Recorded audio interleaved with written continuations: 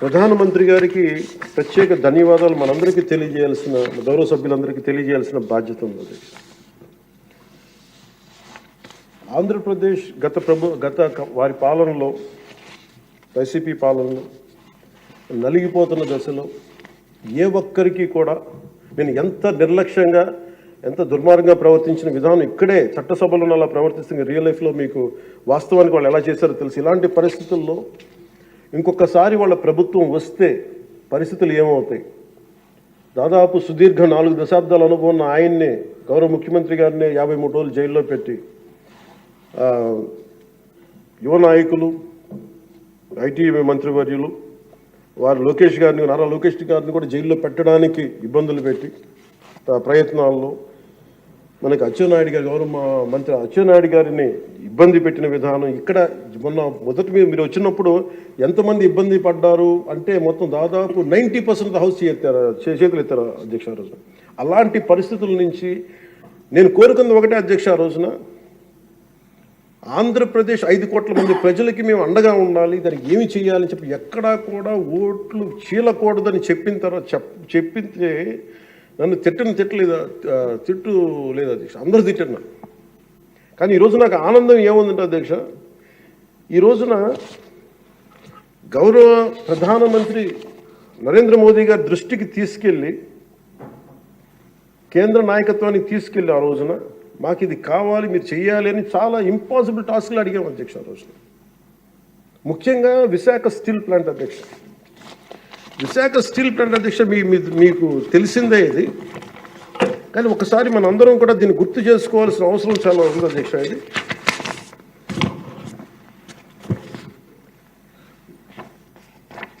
1966 అక్టోబర్లో విశాఖ ఉక్కు ఆంధ్రుల హక్కు అనే నినాదంతో రాష్ట్ర వ్యాప్తంగా ఉద్యమం మొదలైంది. దాదాపు ఉద్యమంలోకి విద్యార్థులు పూర్తి స్థాయిలో వచ్చారు. 1966 నవంబర్ 1వ తేదీన రాష్ట్ర వ్యాప్తంగా నిరసనలు చేపట్టారు. లాఠీ చార్జీలు, కాల్పుల్లో 32 మంది చనిపోయారు అధ్యక్ష. వీటిలో ఒక బిగ్ లిస్ట్ ఉంది అధ్యక్ష, 32 పేర్లు.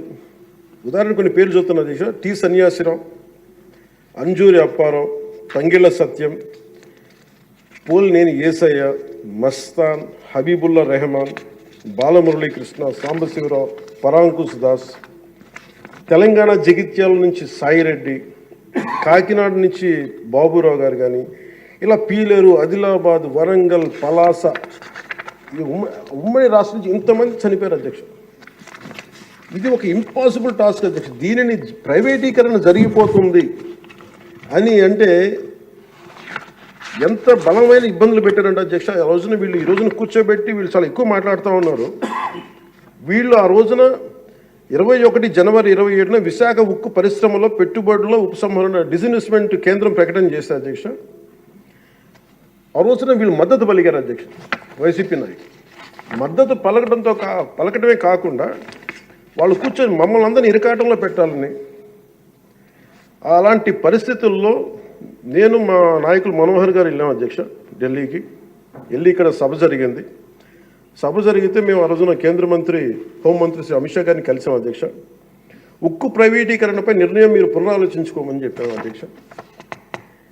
ఒకటే చెప్పాము అధ్యక్ష, ఈ రోజున ఇంతమంది చనిపోయారు, దాదాపు 32 మంది. మా ఆంధ్రప్రదేశ్లో తెలంగాణ అన్న భావం ఉండదు. మా ఆంధ్రప్రదేశ్కి దురదృష్టం ఏంటో, దౌర్భాగ్యం తెలియదు. మాకు ఎప్పుడు కులాల భావం తప్ప మేము ఆంధ్రులు అనే భావన మాకు లేదు. ఒకే ఒక్క చోట ఆంధ్రులు అనే భావం ఎక్కడ వస్తుందంటే విశాఖ స్టీల్ ప్లాంట్ ఒక్క దగ్గరే ఆంధ్రులు అనే భావన వస్తుంది. అంటే మేము అది నేను చాలాసార్లు అనుకుంటూ ఉంటాను అధ్యక్ష, ఎందుకు విశాఖ ఉక్కు అనుకనే ప్రతి ఒక్కరికి ఒక ఏకత ఉంటుంది దాంట్లో ఐడెంటిటీ ఎందుకు ఉంటుందని ఆలోచిస్తే అధ్యక్ష, 32 మంది యువకుల బలిదానం, దాని శక్తి దానికి ఉంటుంది అధ్యక్ష. అది కదిపేస్తుంది. అలాంటిది నేను ఒకటే చెప్పాను, మేము వెళ్ళి, సార్ ఇది కనుక మీరు చేయగలిగితే అది ఎవరి చేతుల్లో లేదు, అది మీరు పెద్ద మనసుతో ఆలోచించి డిస్ఇన్వెస్ట్మెంట్ చేయమంటే వాళ్ళు ఒకటి చెప్పారు అధ్యక్ష, మేము గతంలో మీరు ఈ మినీ రత్న కంపెనీ ఉంది అధ్యక్ష, దానికి డ్రెడ్జింగ్ కార్పొరేషన్ ఆఫ్ ఇండియా అని, దాన్ని తీసుకోగలిగే కానీ దీన్ని తీసుకోలేమని చెప్పి మాకు కూడా ఏం చెప్పారంటే అధ్యక్ష, ఇది ఇంపాసిబుల్ అన్నట్టుగానే చెప్పారు అధ్యక్ష ఆ రోజున. కానీ నేను 2 చేతులు జోడించి మా ప్రయత్నం మేము చేసాం అధ్యక్ష. అదృష్టవశాత్తు గౌరవ ముఖ్యమంత్రి గారు ముందుకు తీసుకెళ్లారు అధ్యక్ష ఈ ప్రపోజల్ని, చాలా బలంగా తీసుకెళ్లారు ఆయన. అదే ప్రభుత్వం నిన్న అంత గొడవ చేసిన నాయకులు నిన్న వాళ్ళు ఏం చేశారంటే అధ్యక్ష, గతంలో దానిని స్టీల్ ప్లాంట్ని ప్లాట్గా ముక్కలేసి అమ్ముకోవడానికి సిద్ధపడిపోయారు అధ్యక్ష. Real is a shame. నేను మొన్న స్టీల్ ప్లాంట్ సంఘాల నాయకులు నా దగ్గరికి వస్తే అడిగాను, ఆ రోజున మీరు అంత గోల చేశారు కదా, మీరు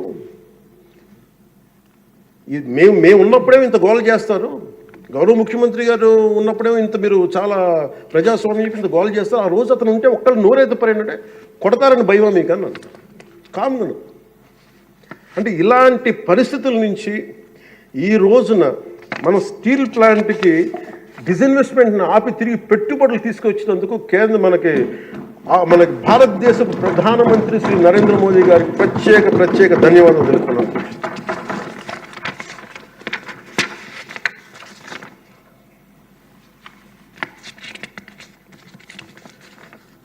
ఆ రోజు విశాఖ స్టీల్ ప్లాంట్ పరిరక్షణకి అఖిలపక్షం ఏర్పాటు చేయాలని మేము అడిగితే అధ్యక్ష, వాళ్ళకి గత ప్రభుత్వ నాయకుల్ని రాష్ట్ర ప్రభుత్వం స్టాండ్ ఏమిటో చెప్పాలంటారు. విశాఖ స్టీల్ ప్లాంట్ ప్రైవేటీకరణ జరగకుండా ఉంటే ఎలా ఆపుతారు చెప్పాలని, ఇలా కబుర్లు చెప్తే చూస్తూ ఊరుకోమని వాళ్ళకి మాట్లాడారు అధ్యక్ష. వైసీపీ నాయకులు కేంద్రం మా మాట వినదని చెప్పారు అధ్యక్ష. పదవులు కావాలి, బెయిల్ కావాలని అడిగితే స్టీల్ ప్లాంట్ ఎక్కడి నుంచి వస్తుంది అధ్యక్ష? కేంద్ర ప్రభుత్వం ప్రవేశపెట్టిన ప్రతి బిల్లుకి మద్దతు ఇస్తున్నప్పుడు స్టీల్ ప్లాంట్ కోసం ప్రత్యేకంగా గనులు ఎందుకు అడగలేదని వాళ్ళు నిలదీశారు అధ్యక్ష. రోజు మేము చెప్పాను, మీకు ఒక కార్యాచరణ ప్రకటించండి. మాకు ఆ రోజున ఒక ఎమ్మెల్యే, ఆ ఎమ్మెల్యే కూడా మీరు తీసేసుకున్నారు. వైసీపీకి ఉన్నారు, మీకు టీడీపీకి ఉన్నారు. ఆ రోజు 175 మంది ఎమ్మెల్యేలు, 25 మంది ఎంపీలు.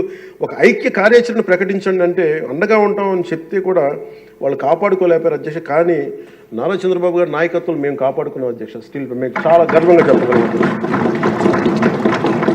చాలా గర్వంగా చెప్పగలం అధ్యక్ష.